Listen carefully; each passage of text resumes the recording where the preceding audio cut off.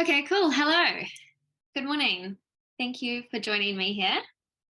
I feel really excited. I've been wanting to hold this workshop for a little while, and obviously it was postponed for one day, but I'm really passionate about this technique that I'll be teaching you today, mostly because I have used it myself like again and again and again and again. And it's something that I find is really quick and easy for me to do. And I've noticed the impact that it's had on using this technique to help me change my beliefs. So yeah, I'm very excited. So thank you for joining me here today. And if you're watching the replay, I hope that you guys all get something out of this. If you don't know me, I'm Caitlin, and I'm here talking to you today about this technique because of my own personal experience with it and my own journey through personal development. So from the age of about 14, I read this book called The Success Principles for Teens by Jack Canfield. And it was kind of like a book that was the catalyst to changing my life. I'm very open in talking about like the environment I grew up in being quite chaotic. I grew up around a lot of drugs and a lot of witnessing a lot of abuse. And this was like the first time I got a glimpse into like personal development and kind of like that journey of what it would mean for me to be my full self.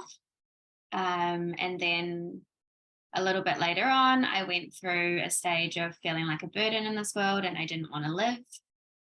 And then from there, there was just like this little fire inside of me that was the journey of personal development and knowing that I could always, there's always something within myself that I could like look into and change, or there was like a way to better myself. And the older I get, the more I can like step away from that because I feel like you can definitely go down that path too hard.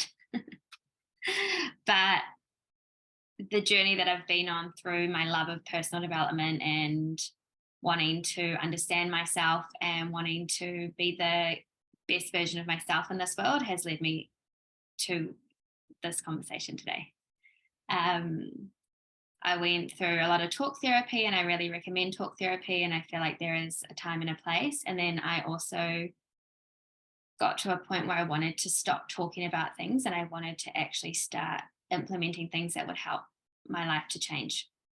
And then I fell in love with the brain and neuroscience and all those kinds of things, which this technique is one that accesses the subconscious brain.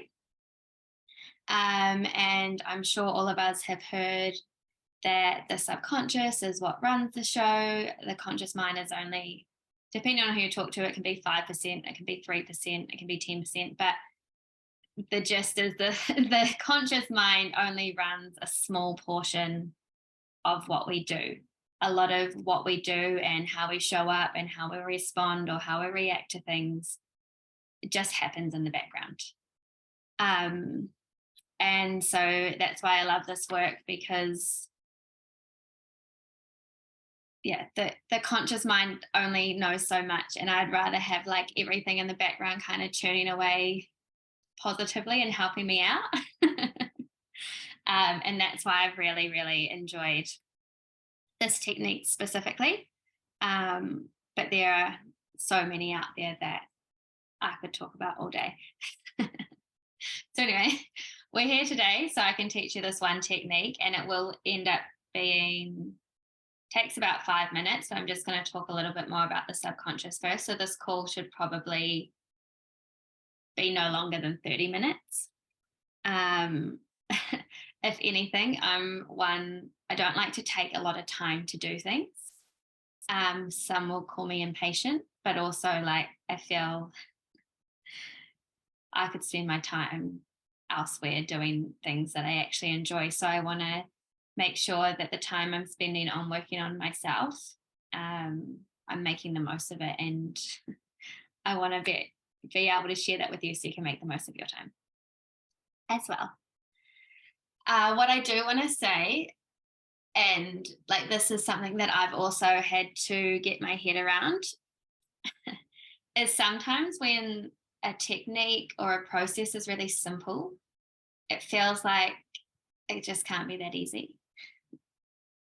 And so I'd really like to invite you to, one, think about whether that thought comes up for you. Like, if it's simple and a simple process, can it actually work? Because I feel like, in my experience and from what I've witnessed, as humans, we love to complicate things. So we quite often make them a lot more difficult than they might need to be. Because if it's easy, then it's too good to be true, right? So I want you to just like keep that in mind, because this process is really, really simple. And sometimes in that simpleness, we can think that it's not enough and we need to do more. And that can be counterproductive to what we're doing. So I want you to, throughout this process, and I'd love you to take this with you in your life, is trust your own process. Because every single person witnesses the world and has an experience based on the collective of all of the experiences that they've ever had. And I know that we know that, but sometimes just taking a moment to think about that the way we all look at the same thing, we're all going to see it differently based on where we've come from. So trusting your process and what's happening for you, even if it's different to what's happening to the person next to you, is really important.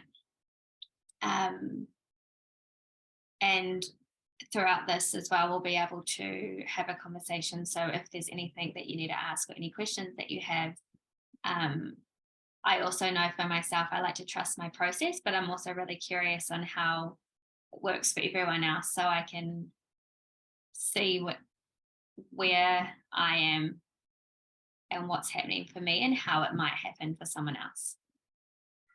And I also think it's really important, and I just kind of talked about this, but the mind always wants to understand. It always wants details, and it wants to know like all of the things. So when we bring in a process that feels very simple, we're kind of grasping, like, I need this to be longer, or I need to understand this, or I need more parts. And I mean, sometimes I think there's a time and a place to have more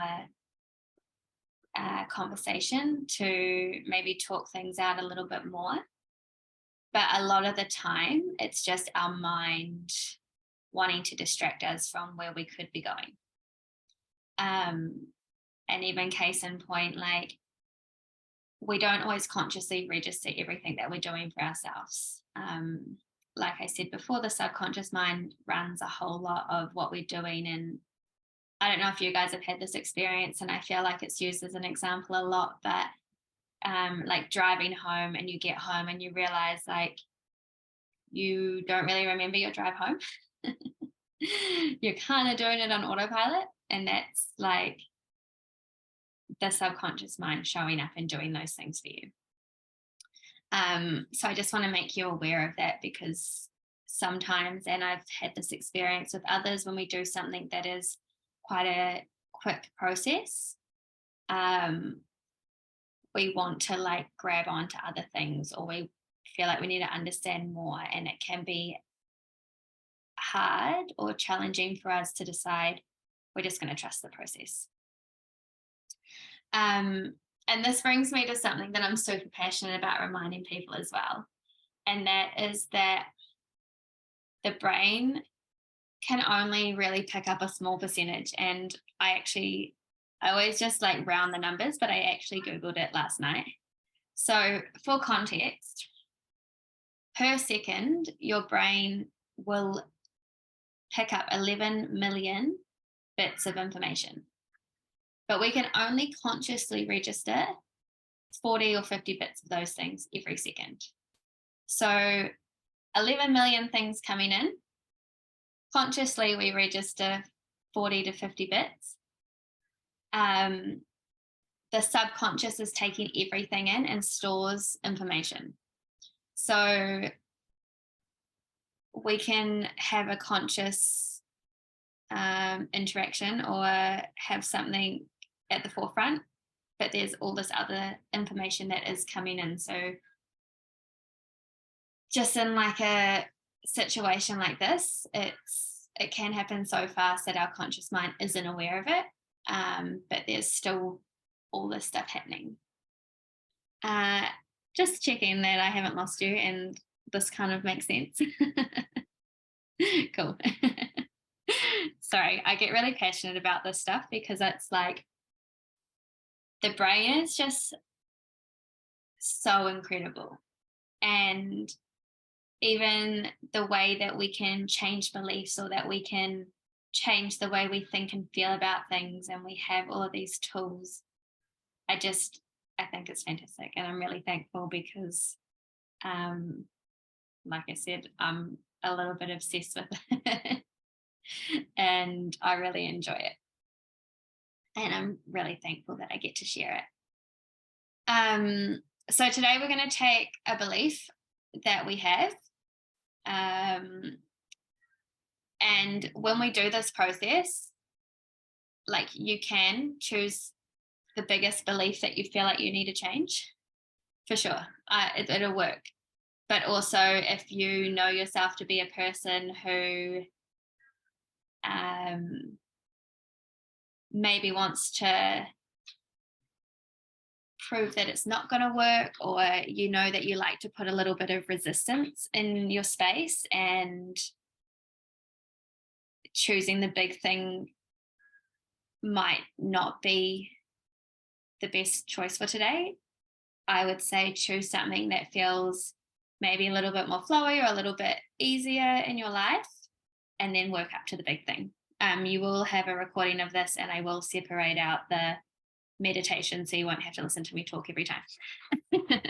So, I've seen people come in with the thing that they feel like is the biggest belief that they want to change, and I have done this process and they have felt a shift and a change in that thing. So if that's what you want to do, then I'm here for it. If you're feeling like a little bit hesitant, I'd say just if there's something in your mind that doesn't feel like a massive catalyst to like a whole bunch of other change, then bring that.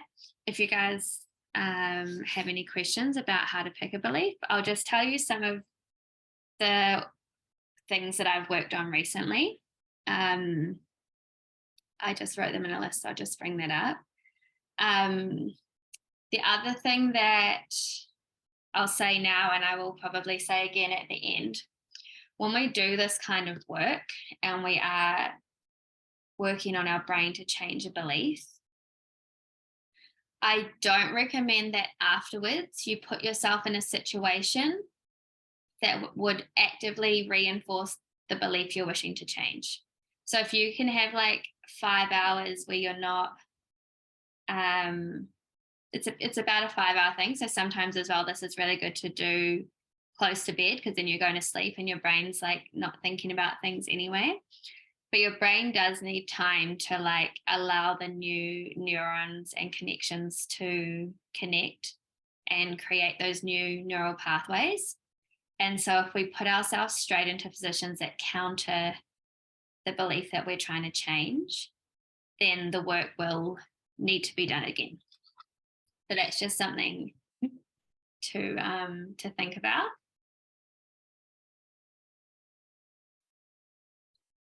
So recently I've worked on, I have to work hard to make money. I can never get ahead.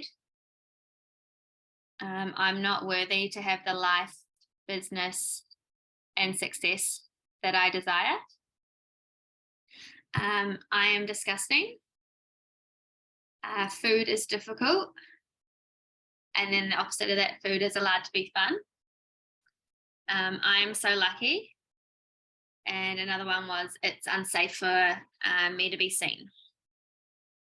So when I find a belief that I'd like to change or that I feel like isn't serving me, I will rate it on a scale of 1 to 10. So 10 will be strong and 1 will be low. But this can also, some things you want to have as a 10 and some things you want to have as a 0. So it depends on how we've written the belief and what we are trying to change. So for example, if I think about, I have to work hard to make money, if that's 10 out of 10 strong, for me, that's a belief I want to have as near to 0 as I can, because I don't want to believe that it's hard, that I have to work hard to make money. So on a scale of 1 to 10, I want that to be on the lower end. If I think about what I wrote here, I am so lucky, I would love that to be a 10 of 10 strong, because I want that to be a solid belief, like I am so lucky. So if that was down at the lower end of the scale, I'd be wanting that to be higher. So does that make sense, that it could sometimes be a 10 and we want it to be a 10, but it could sometimes be a 10 and we want it to be a 0? Cool. Do you guys have a belief that you would like to work on? Do you have any questions about the belief stuff or the scale? If you feel up to it, I'd love to know in the comments, chat box, what your belief is and on a scale of 1 to 10 where it sits. Thank you.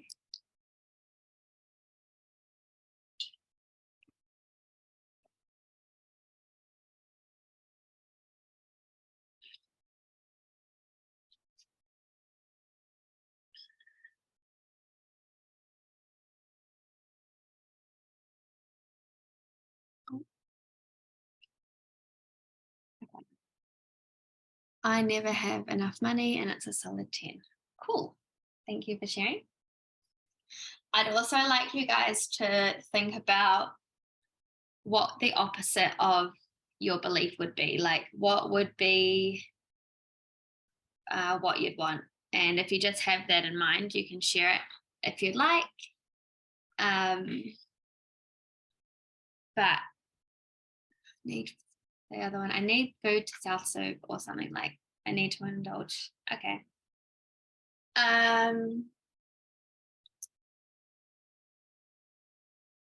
If you, Haley, rate those sentences like I need food to self-soothe, excuse me, and then I need to overindulge to enjoy myself, do they feel like they could be two separate things, like they could be separated, or they feel like they're kind of together?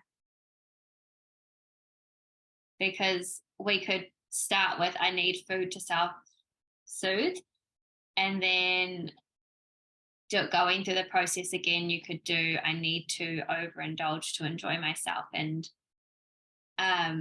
you could possibly put them together and say I need to overindulge to enjoy myself and use food to self-soothe and soothe. Oh my God, I can't say that.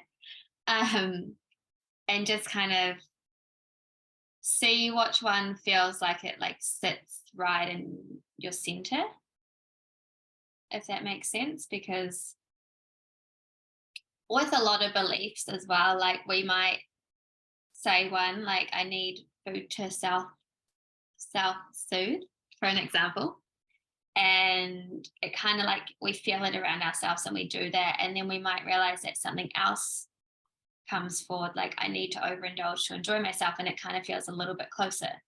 And for me, when I rate things on a scale of 1 to 10, like it's like something that I feel, but also it could be that you visualize a scale that has 1 to 10 on it and just kind of see where it sits. Or it could be it could be, it's different for everyone on how you decide you want to do the scale work as well. At the moment, it's about enjoyment. I need food to enjoy myself, but also do need food. Yeah. I need to feel stuffed to be content. How about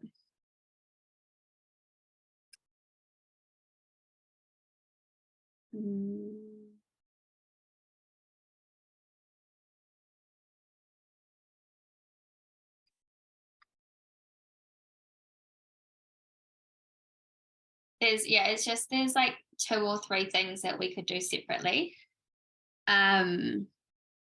What feels like sometimes as well, and what I see is it's kind of like a knot, and you kind of like pull a little bit and pull a little bit, and all of these, like you could write a list and you could rate them out of 10, and then you could choose one that you want to do for this exercise, and then afterwards you could still read through the list and see if any of the other ones have kind of like shifted a bit, because it's like I'd think that there could be some more questioning to kind of find that deeper part, because there's obviously the food and the self-soothing, and then there's the enjoyment and the overindulging, and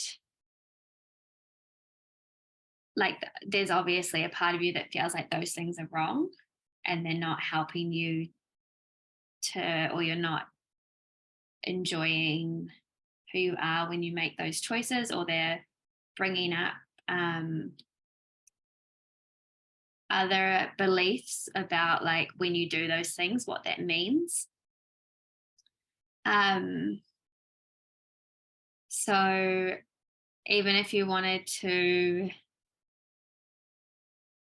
like out of all of those, even if you wanted to start with, I need to overindulge to enjoy myself, because overindulging could be alcohol, it could be food, it could be an array of things, and then maybe see what comes up after that, if you're comfortable with that, or if something else has come up that you want to, like after talking.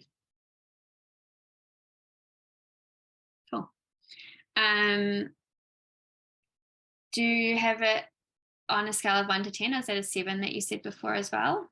Or does it feel, when you think about I need to overindulge to enjoy myself, does it feel?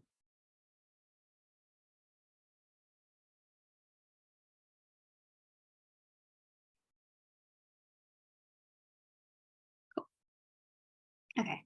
It's just helpful to have a scale, because as well, after we do this kind of work, we can like rate it on a scale again, and it's moved, and if we haven't got the reference to start with, then we're like, oh, it was fine before, but I like having the reference.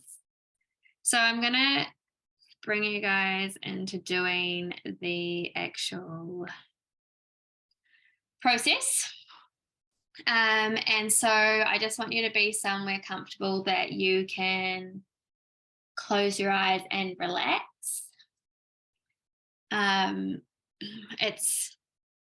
It's like a mix of a meditation / hypnosis.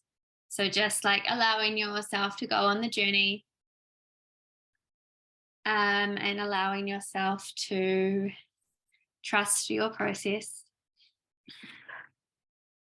And I'm just going to talk you through it, and then I'll bring you back into the room, and then we will have a little, I was going to say kōrero, but you guys aren't New Zealanders, and so that reference might go over your heads. We'll have a little chat about how that worked.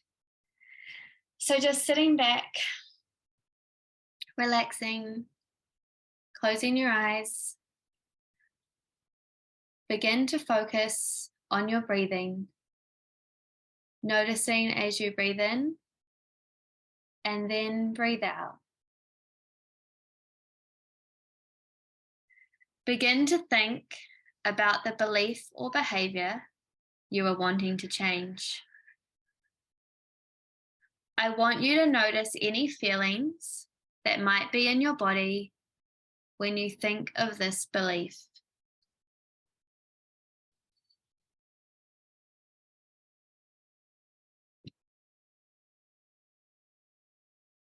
When you are ready, begin to drift backwards into your past.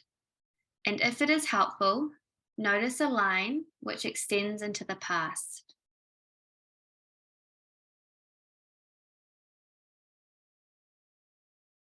Float along that line. It represents your life.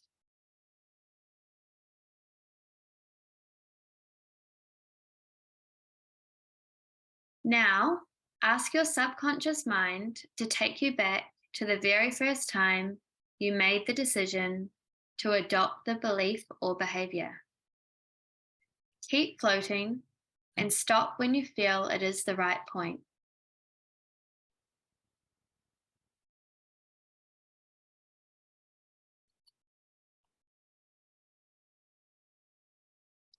Do not be concerned if you do not remember a memory. Trust that your subconscious will guide you back to the very first time. Just imagine the first time is a dot on your line. It is way beneath you and seems really tiny. Just hover over it now and notice any feelings that might be present. Take note of these.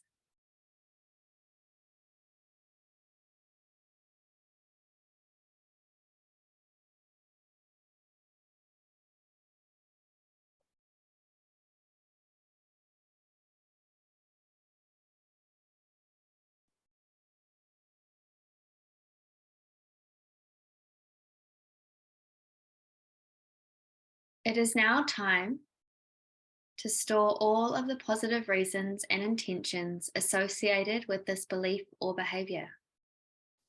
Imagine there is a container or vessel next to you in your mind where you can store all of the good reasons you adopted this belief or behavior.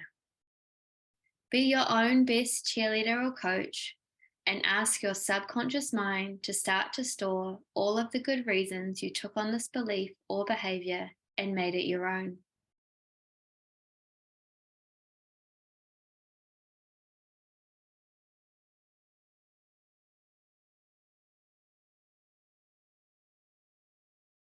Trust that this process is happening, even if you cannot consciously think of any positive reasons. Your subconscious mind is still at work. Know that all the good and helpful reasons that you have adopted by having that old belief or behavior will stay with you always, ready to be drawn upon when you need them.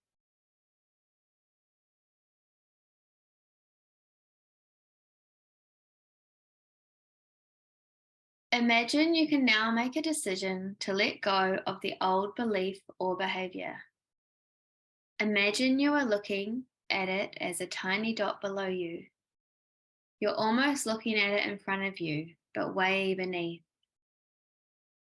It is as though you have moved back in time, even further to a time when you hadn't made that decision, and it is in front of you.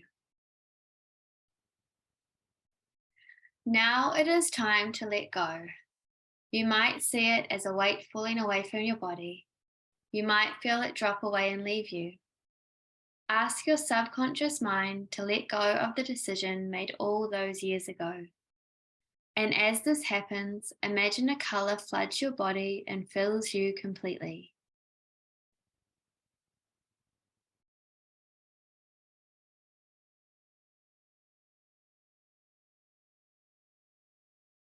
As you experience that color and start to move forward into your future, that color spreads around you and streams ahead.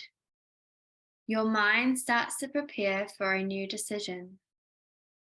As you hover above that point, which you know is today, imagine you get to make a new decision and belief.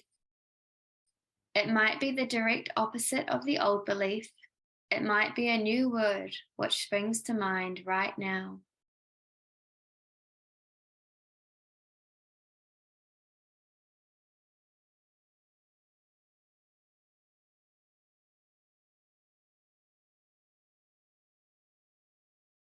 Store that positive belief now and look towards the future, noticing how bright and clear it seems.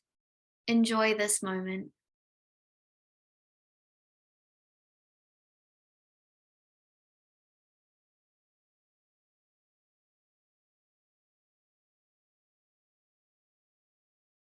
When you are ready, start to focus your attention upon your breathing and notice how your body is resting. Gradually allowing yourself to come back into the room, and when you are ready, gently opening your eyes.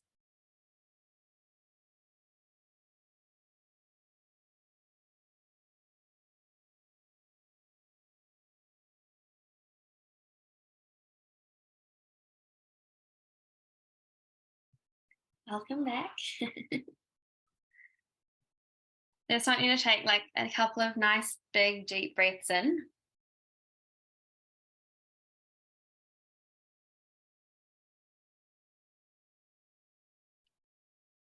Having some water if you need it.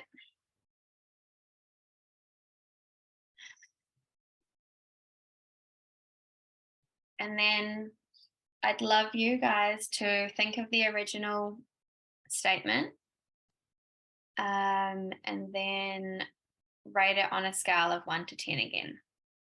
So we had Ash, I never have enough money, and it was at a solid 10. So I don't know if that's changed for you.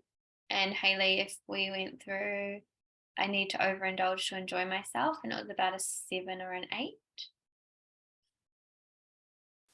So sometimes when we do this work,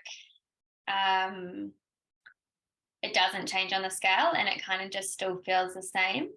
And in that situation, I invite you to think about if there's a way that you could be more specific, or if there's maybe a little bit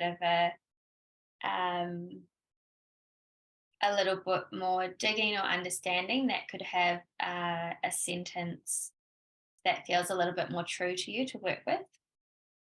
Sometimes we do this and it starts at a 10 and it ends at a 0, and that's fantastic. And then sometimes we do this work and it drops down a few numbers. So I think that's fantastic as well, because it's like instantly within our bodies we can feel that it has also lessened its hold over us. And it's a process that we can also revisit. Sometimes it'll drop down a couple numbers and then we'll check in maybe later in the day or the next day and we realize it's still continued to go down. And that's always interesting as well. So that's the reason I love to have them written down and then also have the scale that you've rated it on written down with it. Because even sometimes for me, I'll look back through things that I did like last month and I'm like, oh yeah, no, I don't feel that at all. And it's like all of this work is happening without me consciously realizing it. But this is a technique that you can use whenever about anything that might seem big or it might seem small, and you can just listen to the process. Sometimes before I go to bed, I'll do a couple of them and then just go to sleep. If I've got something that's like in my mind. And like I said earlier, I think it's really important when you do this belief work just to try not actively put yourself in a position that would reaffirm the belief that you've been trying to change, because the brain does need that time just to allow it to like come back and connect in the new way. Does anyone have any questions? Hayley, did your scale change at all? Did it stay at about a 7 or an 8?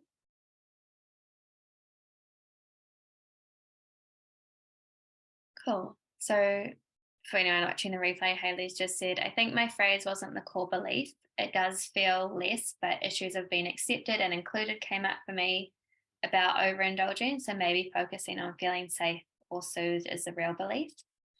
Yeah. And what I would also invite, if you do this work and you feel like you haven't gone to the core, you feel like more stuff's coming up, do a little bit of journaling, or for me, sometimes I don't want to journal about it. I'll just write down every single belief that I feel like comes to mind.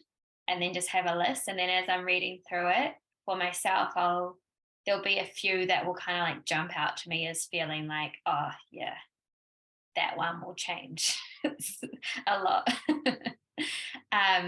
So that's also a practice that I'd invite you to do if you're wanting to look for a deeper belief or something. And then sometimes maybe like there's a few and you could do one each night before you go to bed, and then at the end of the week like revisit and see, because this work is always continuing on in the background, and with any kind of, I feel like, subconscious reprogramming work and EFT or anything like that, a lot of the time there are layers. So we do one thing and then maybe something else comes to mind and then we move to there, and it's just slowly loosening and getting through those onion layers. Need a better analogy. Onions are gross. Cake. What about a big wedding cake? Getting through those layers. Cool. Does anyone have any questions? Okay, I also don't want to leave you feeling unsettled, Hayley. So I'm happy to chat with you after if you've got a few more minutes. I'll just make sure Ash, you don't have any questions. Cool. And I'll just quickly say, originally I was doing this workshop because I wanted to have like a basis of what it's kind of like to work with me, because I was going to be doing a group program called Foundations, but I've currently put that on pause, and I'm only taking one-on-one clients at the moment. So this is just a free workshop that I wanted to do because I really love this technique and I really think it's helpful. So thank you for being here. I'm just going to stop the recording.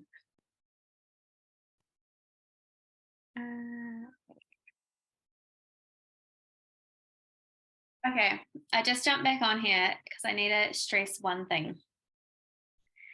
After we do this work, it can kind of like, I just have this visualization of like knots becoming looser, and like it kind of stirs and moves things around. So there are layers. I talked about the onion. It can bring up different things. It can bring up different emotions. It can bring up memories. It can bring up things that we thought we'd dealt with or we didn't think were like in our world anymore. And so I just really want to stress, please be kind to yourself. You've shown up to do the work. Excuse me. You are doing something different. You're putting yourself out there. It's scary, and sometimes it does bring up things like if you need to get external help, like a therapist or anything like that, I please believe that you're a sovereign being and you know to do that. But sometimes we just need a moment to like sit with ourselves and be like, I love you. It's okay. I've got this. We're doing this. Because change is scary and change can be hard. And I just really want you guys, if I could stress anything, it is to be kind to yourself. You're on a journey. You're doing things that you may not have ever done before. It can be scary. And I just want to say, I think you're doing a great job. And you got this. So be kind to yourself, be gentle with yourself. Think of ways that you can nourish yourself. Is it a hot cup of tea? Is it lighting a candle? Is it having a nap? Is it reading a book? Is it having some chocolate? Like whatever your thing is, maybe you need to nourish yourself and just be with yourself and hold yourself in that tenderness and that love.